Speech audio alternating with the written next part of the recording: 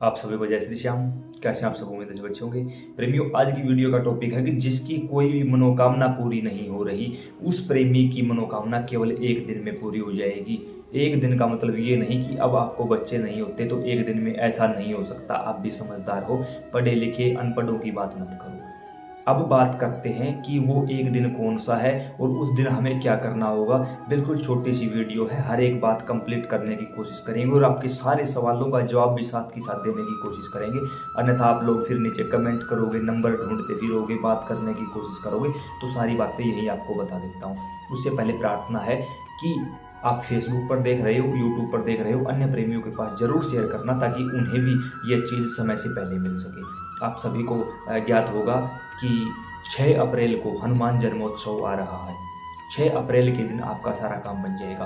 क्यों? जब बाबा हनुमान का प्राकट्य हुआ, हनुमान जयंती नहीं होती कभी भी, हनुमान जन्मोत्सव होता है। क्यों? बाबा हनुमान कल भी थे, आज भी हैं, कल भी रहेंगे। उनका आना जाना नहीं है, आना जाना हमारे लिए है, उनके लिए नहीं है। वो आए हैं, वो कभी जाएंगे नहीं। उसी प्रकार उनका हर बार जन्मोत्सव मनाया जाता है, न कि जयंती। तो इस बार हमें हनुमान जयंती जन्मोत्सव के दिन ऐसा क्या करना है कि जो हमारी समस्त मनोकामनाओं को पूरा कर दे। आप महिला हो, पुरुष हो, कोई भी हो, सभी को ये काम करना है। किसी भी देवी देवता को मानते हो, किसी की भी पूजा करते हो, तो आपको 6 अप्रैल से 1-2 दिन पहले और 1-2 दिन बाद तक पूर्ण रूप से ब्रह्मचर्य का पालन करना होगा। शुद्ध सात्विक भोजन करना होगा। प्याज लहसुन के प्रयोग से आपको बचना होगा। इस बात का आपको विशेष ध्यान रखना है। उसके साथ आप दुकान से आपको ये चीज़ें बिल्कुल आसानी से मिल जाएंगी। बाबा का लंगोट, बाबा का चोला, जनेऊ और चमेली का तेल, घी का दीपक और गुलाब जल की छोटी सी शीशी, गुलाब की या फिर गेंदे की फूल माला, ये सारी चीज़ें बिल्कुल आसानी से आपको अवेलेबल हो जाएंगी। थोड़ा सा गुड़ लेना है आपको। घी का भी दीपक जला सकते हो, तेल का, चमेली के तेल का भी आप दीपक जला सकते हो, कोई दिक्कत नहीं। तो आपको क्या करना होगा? 6 अप्रैल के दिन बिल्कुल सुबह सुबह आपको बाबा के दरबार जाना है, जहाँ बाबा हनुमान की सिंदूरी मूर्ति हो, वहाँ जाना। आप कोई भी हो, महिला पुरुष कोई भी हो, आपको वहाँ जाना है। वहाँ जाकर बाबा को चोला चढ़ाना है। इन 2 उंगलियों के माध्यम से, इन 2 उंगलियों के माध्यम से चोला चढ़ाया जाता है। अगर आप महिला हो, लड़की हो, फीमेल हो, यानी आप फीमेल हो, तो आप चोला नहीं चढ़ा सकते, आप स्पर्श नहीं कर सकते। तो वहाँ जो पुजारी जी हैं उनको बोल दीजिए कि आप चोला पहना दीजिए बाबा को, लंगोट पहना दीजिए बाबा को। और अगर कोई पुजारी वगैरह नहीं है तो आप वहाँ रख दीजिए इन चीज़ों को। क्लियर? अगर पुरुष हैं और आपको अनुमति है ये काम करने की, तो ये काम आपको करना है। आपके पास जो सिंदूर है, उस सिंदूर को आपने चमेली के तेल में और गुलाब जल में मिक्स करके पहले बाबा को सिंदूर लगाना है। अगर आपके पास अवेलेबल है जो चांदी का वर्क होता है, जो बाबा हनुमान के सीने पर और पहाड़ पर और जो हनुमान जी के पास गदा है उसके ऊपर लगाया जाता है, अगर है तो वो भी उनके ऊपर लगाइए। इन 2 उंगलियों के माध्यम से बाबा को चोला पहनाइए, ऊपर से नीचे तक। नीचे से ऊपर नहीं जाता, ऊपर से नीचे आता है चोला हमेशा। चोला पहनाइए और लंगोट बाबा के श्री चरणों में समर्पित करिए। उसके बाद आपको वहीं बैठकर एक घी का दीपक जलाना है, चमेली के तेल का भी दीपक, जो भी आपके पास अवेलेबल हो सके वही काम आप कर दीजिए। उसके बाद आपको संकल्प लेना है। संकल्प अपने हाथ में जल लेकर कहना है, हे बाबा हनुमान, मेरा नाम ये है, मेरे पिता का या पति का नाम ये है, मैं इस जगह से हूँ, ये मेरा गोत्र है और इस समय मैं इस परेशानी में फंसा हुआ हूँ। अपनी परेशानी भगवान को बताइए, जो भी परेशानी है। बच्चे ना होना, शादी ना होना, घर में पितरों का रूठ जाना या पितरों के बारे में पता ही नहीं, या किसी भी प्रकार का पितर दोष होना, या कोई भी शक्ति आपके शरीर पर आती है लेकिन बोलती नहीं या अपनी उपस्थिति दर्ज नहीं करवाती, या किसी भी प्रकार से कोई भी नेगेटिव एनर्जी आपके घर में है, वो सारी बातें आपको बतानी है। आपके ऊपर है तो खुद ये चीज़ बताना, कोई और है तो उसका नाम लेकर कि वो है, उसका ऐसे ऐसे परेशानी है, उसकी परेशानी को दूर कर दीजिए।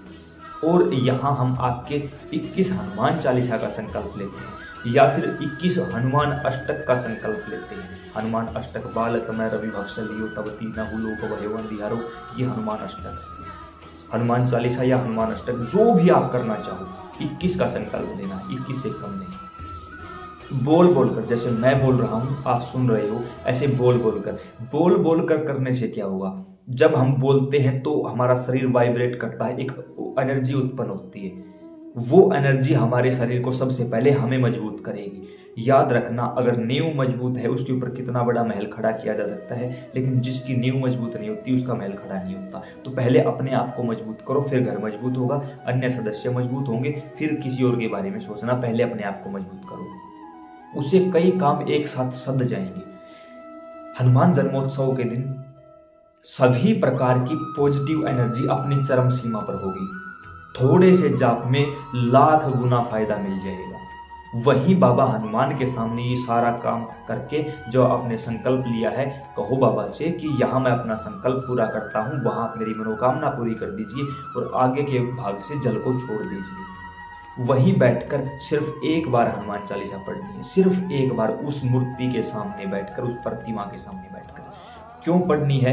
क्योंकि जहाँ भगवान की मूर्ति होती है ना, वहाँ कई गुना ज़्यादा पॉजिटिव एनर्जी होती है और वहाँ से हमें कम समय में ज़्यादा फायदा मिल जाता है, जल्दी सिद्धि मिल जाती है। जब आप वहाँ एक बार हनुमान चालीसा पढ़ोगे तो बाबा हनुमान सुनेंगे उसको। लेकिन इन सारी चीज़ों से पहले आपको एक बात का ध्यान रखना, हनुमान जी महाराज को पूरे जीवन काल में सिर्फ एक ही श्राप लगा था। वो जब बाल स्वरूप में थे, नटखटपन उनके अंदर ज़्यादा था, तो वो ऋषि मुनियों के कपड़े कमंडल उठाकर फेंक देते थे। संतों ने उन्हें श्राप दिया था कि आप अपनी शक्ति को भूल जाओगे। तब अन्य संतों ने कहा कि प्रभु ये तो भगवान श्री राम के कारण संवारने के लिए आए हैं, इनको श्राप गलत दे दिया गया है। तब संतों ने कहा कि श्राप तो वापस नहीं हो सकता। चलिए हम ये भी वरदान देते हैं, जब कोई आपको आपकी शक्ति याद दिलाएगा तो आपको अपना बल फिर से याद आ जाएगा। और जब समुद्र पार जाना था तो श्री जामवंत जी ने बाबा हनुमान को उनका बल याद करवाया था। और हनुमान चालीसा की एक चौपाई है, कवन सो काज कठिन जग माही, जो नहीं होई ता तुम पाई। मतलब बाबा हनुमान, संसार में ऐसा कौन सा काम है जो आप ना कर सकते हैं। अतः अपनी शक्तियों को याद करिए और तुरंत जागृत स्वरूप में विराजमान होइए और हमारी इस मनोकामना को पूरा कर दीजिए। तुरंत प्रभाव से बाबा उसी समय जागृत रूप में विराजमान हो जाएंगे और फिर कर देना श्री गणेश। उसके बाद फिर चलते देखो आप, एक हनुमान चालीसा वहीं बैठकर पढ़नी है, या फिर हनुमान अष्टक का बोलना है तो वो वहीं बैठकर पढ़ना है। उसके बाद बाबा को प्रणाम करके, आसन को प्रणाम करके आपको अपने घर आ जाना है। घर आकर पूरा दिन आपको व्रत करना है। दिन में आप कोई भी फल खा सकते हो, चाय पी सकते हो, दूध पी सकते हो, कोई भी दिक्कत नहीं होगी। जैसा कि आप सभी को पता है कि बाबा हनुमान का जो मंगलवार का या शनिवार का या स्पेशल बाबा हनुमान के नाम से कोई व्रत रखा जाता है, वो शाम को खोल लिया जाता है। शाम के समय चूरमे का भोग लगा। चूरमे में आपको नमक नहीं डालना है, ठीक है, बगैर नमक का चूरमा। तो सबसे पहले आपको अपने घर के मंदिर में बैठना है। सामने राम दरबार का चित्र होना चाहिए, उसमें बाबा हनुमान विराजमान होने चाहिए। तो सबसे पहले आप ज्योति जलाइए, यानी दीपक जलाइए, सिर्फ बाबा हनुमान के नाम का, कोई और नहीं, सिर्फ एक दीपक जलाइए आप। दीपक जो पहले जलाते आए थे उसको लेने की बजाय आप नया दीपक ले सकते हैं, कोई भी परेशानी नहीं होगी। उस समय पर आपको फिर से यही बात कहनी है कि बाबा हनुमान आओ और भोग ग्रहण करो। आपको उपला लेना है, उपले की अगियारी लेनी है और उसके ऊपर जो चूरमे का भोग है वो बाबा हनुमान को लगाना है। उसके साथ साथ अगर आप ये जो कपूर आते हैं वो भी ले सकते हो, कपूर लगाकर उसके ऊपर, और आपको 2 लौंग बाबा हनुमान के नाम की डालनी है, 2 भगवान श्री राम के नाम की डालनी है, 2 अपने इष्ट के नाम की, 2 अपने पितरों के नाम की। यानी ये एक प्रकार से आपका हवन हो जाएगा और आप तक जो एनर्जी पहुंचती है ना, वो ग्राम देवता, स्थान देवता, निवास देवता, इष्ट देवता, कुल देवता, पितर देवता, मेरे आराध्य है, गुरुजनों के माध्यम से पहुंचती है। तो उनके नाम की आपको 2-2 लौंग डालनी है। यानी बाबा हनुमान की, भगवान राम की, जो आपके इष्ट हैं। अगर बाबा हनुमान है तो नहीं डालनी, बाबा श्याम है, भगवान शिव हैं, श्री कृष्ण है, भगवान राम है, तो 2 उनकी डालनी है, आपको याद रख लेना। उसके साथ साथ अपने गुरुजनों की भी, और अगर जिनके गुरु नहीं है तो आप भगवान शिव को गुरु रूप में मान के 2 उनके नाम की लौंग उनके अंदर डाल दीजिए। आप देखोगे कि बाबा उनका ग्रहण कर लेंगे, उनका भोग लगा लेंगे बाबा। क्लियर? अब तक पीछे के जो सवाल हैं वो शायद क्लियर होते आ रहे होंगे। फिर भी अगर आपका कोई सवाल है नीचे कमेंट जरूर कर देना, हम कोशिश करेंगे आपको उसका जवाब देने की। उस समय फिर जो आपने दिन में 21 हनुमान चालीसा पढ़ने का नियम लिया था वो अब करना है रात को, रात के समय आपको, रात के समय बैठकर आपको पूरा 21 बार हनुमान चालीसा का पाठ करना है, एक ही आसन पर बैठे बैठे। बीच में उठना नहीं है, मोबाइल नहीं देखना, समय नहीं देखना, कुछ भी नहीं करना, कोई आपको डिस्टर्ब ना कर पाए। 21 बार हनुमान चालीसा पढ़ोगे, उससे क्या होगा? सबसे पहली बात, आपकी हनुमान चालीसा सिद्ध हो जाएगी। दूसरी बात, अगर आसपास कोई नेगेटिव एनर्जी है आपके घर में, तो क्या आपके पड़ोसियों के घर में भी नहीं रुक पाएगी, भागना पड़ेगा उसको। उसके साथ साथ जो आपके पास जल रखा हुआ है वो जल अभिमंत्रित हो जाएगा। पाठ पूरा करने के बाद आसन को करना, आसन लगाकर बैठना, ये बात ध्यान रहे। अगर बगैर आसन के बैठोगे आपका सारा तप पृथ्वी के अंदर चला जाएगा, आपको कोई फायदा नहीं होगा। आसन लगा के बैठना है आपको। आसन पर बैठकर जब जैसे आपका जाप कंप्लीट होगा, सबसे पहले आपको आसन को प्रणाम करना होगा, माथा लगाना होगा और भगवान से प्रार्थना करनी होगी। अगर आप बाबा हनुमान की कोई शक्तियाँ चाहते हो तो भी प्रार्थना करिए कि बाबा हनुमान हमें आपके दूत प्राप्त हो, हमें आपकी शक्ति प्राप्त हो, या हमारे घर में ये परेशानी वो आपको बता देनी है, जो भी आपकी परेशानी है ना वो बता देनी है बाबा हनुमान को आपको। आप शीघ्र अतिशीघ्र उसी समय अपने शरीर में बदलाव महसूस करोगे।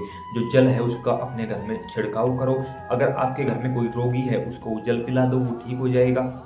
घर में किसी भी प्रकार की कोई तांत्रिक क्रिया की हुई है वो नष्ट हो जाएगी। घर में कोई भूत प्रेत का चक्कर है उसको जल पिला दो, इससे उसका भूत प्रेत भागेगा नहीं, वो शरीर पर आकर बताएगा आपको कि मैं कौन हूँ या क्या चक्कर है। अब मैं यहाँ बिल्कुल साफ कर देना चाहता हूँ कि इससे उस शरीर का रोग नहीं कटेगा। आपको सिर्फ रोग पता चला है, फिर किसी जानकार आदमी की मदद से उस रोग को हटवाइए, उस शक्ति को हटवाइए और घर और शरीर का बंधन करवाइए, फिर वो परेशानी आपको परेशान नहीं करेगी।